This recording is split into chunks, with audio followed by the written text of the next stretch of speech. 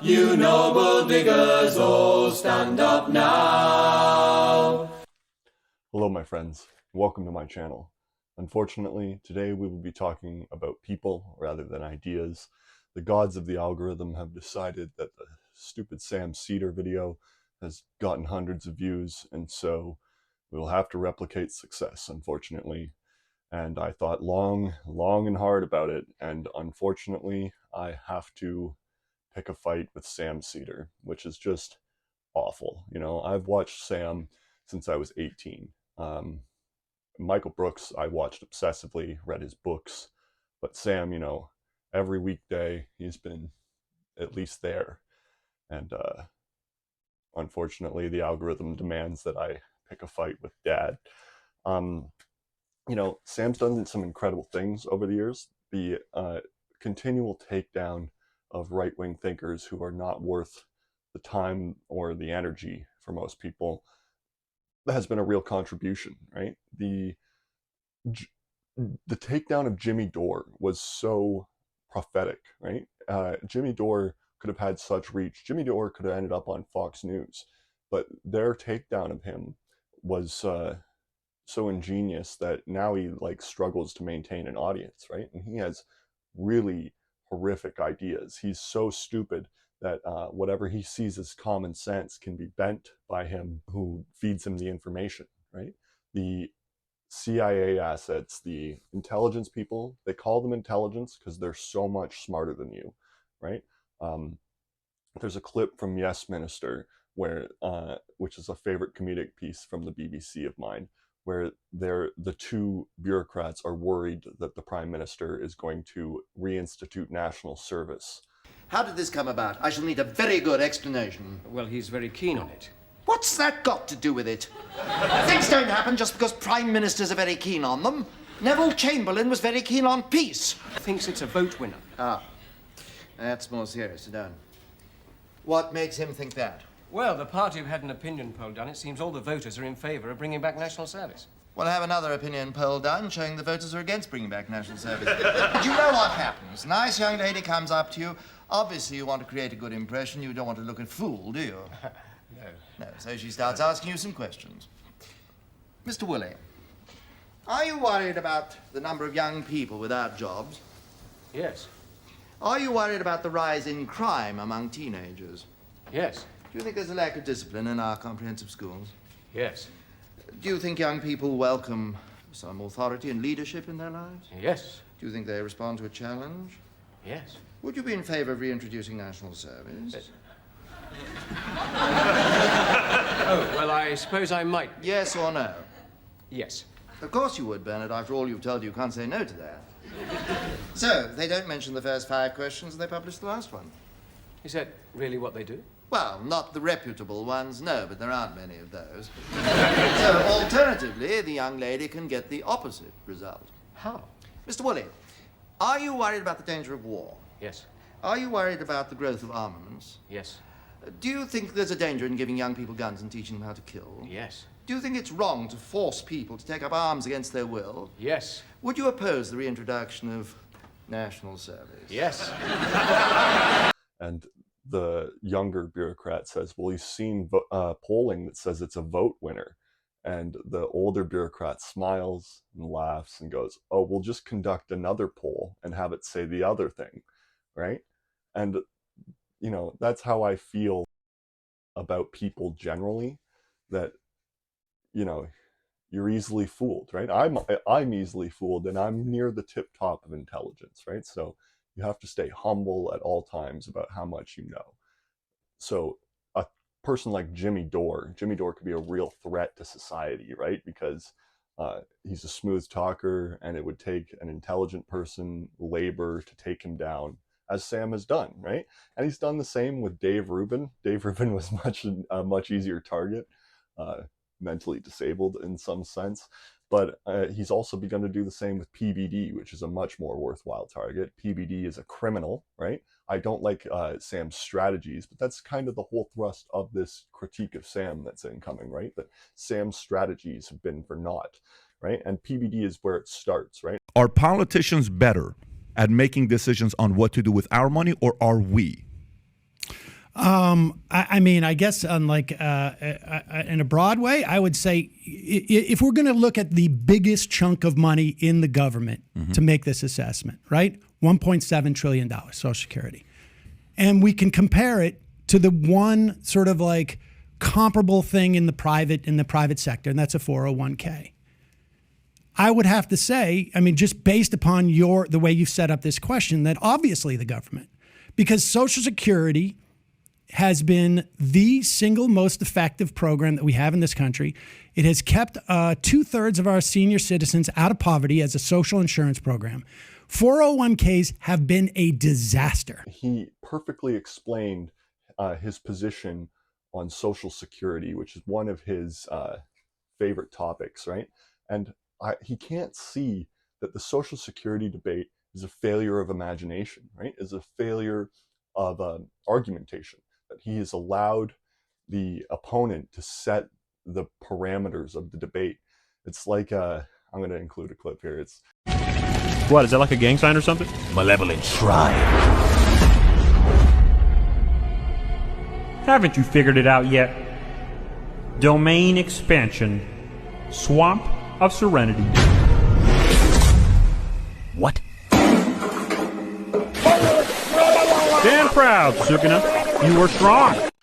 It's like they've Naruto expansion domained, and you just let that happen. Nerdy. But the point is, who gives a damn about Social Security, right? How does Social Security advance leftist causes, right? It minimizes suffering. It is a liberal idea. If the conservatives are so stupid as to take the support beam that props up their fascist empire away, all luck to them, right? That's their stupidity. But all you have to do is bookmark that that's a bad idea, right? That's good for people. Maybe that's accelerationist, and maybe you have better morals than I on a day-to-day, but look where we are, Sam. Look where we are. I wanted to say a few things about Michael Brooks before I pressed on, because it's involved in the critique, unfortunately. I'd like to just have respect for the dead, but Neil Nisi Bonum is a good advent, or a good verbiage, good schema for life, but I can't help myself. And so, Michael Brooks was a real figure in my life. He really transformed my political beliefs. I, at least once a year, still watch the Sam Harris, George Bush thing where he pretends to be George Bush talking to Sam Harris, and Sam Harris isn't happy with the amount of Iraqis that George Bush has killed, and he's like, Islam's a religion of peace, Sam. We're gonna Actually, to be honest, Sam Harris is to George Bush's right. Yeah, I was going to say, I don't want to smear George W. Bush. He came out right after September 11th and said, basically, it's like, leave Muslims alone, and Islam is a religion of peace. Look, Sam, we're gonna police them. Just cool it with some of the rhetoric, okay, buddy? Look, I know what more Sam wants for bombing like 6 different countries simultaneously and killing people who have nothing to do with it. But because I'm not going up on national television and saying that Islam is the motherlode of bad ideas, this Golden Girls Trust Fund baby's having a conniption. Why don't you take a chill pill, Sam? Get them all, and it's so funny, right?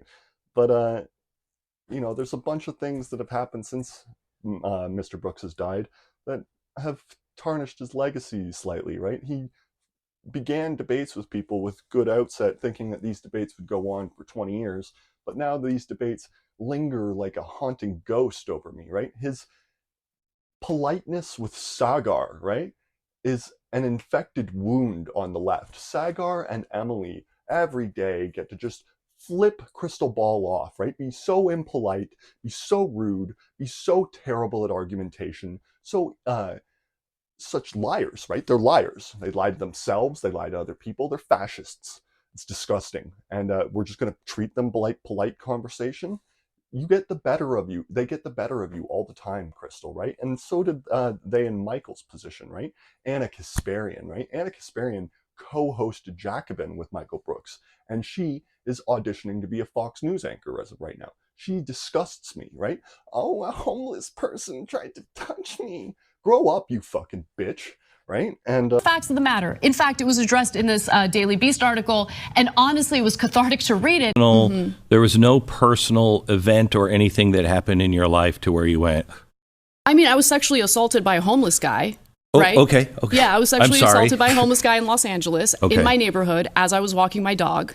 Oh my gosh. And it was awful. I mean, I've talked about it multiple times. And look, I don't want to put myself in this position of being like this victim who's looking for empathy, but it is the moment where something very scary happened to me.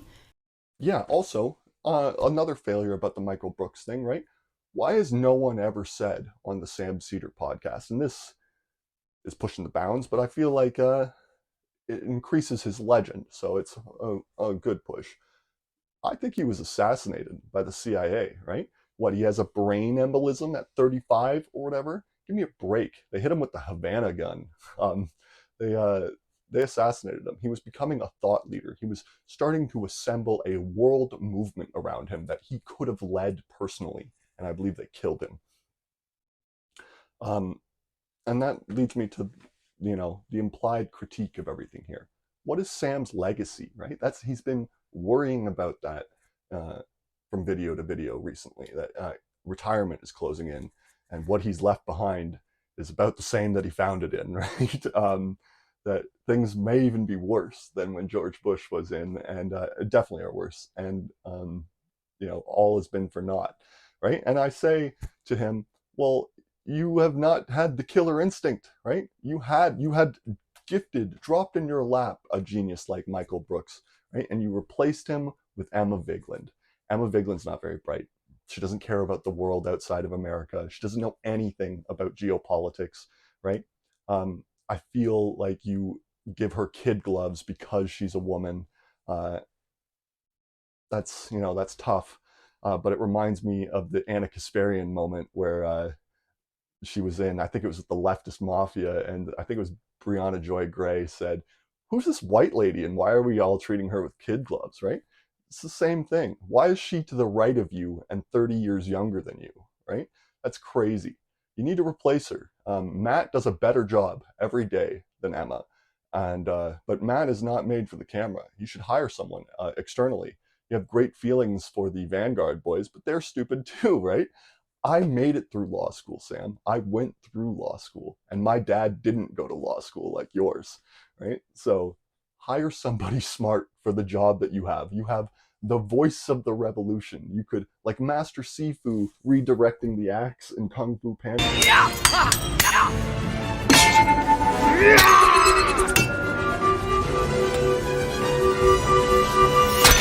You could redirect history with the voice you have, right? But you're handing it to a nobody, an idiot, a nothing with no ideology. And I'm sorry, Emma, but that's what you are. You're to the right of Sam. Have a nice day.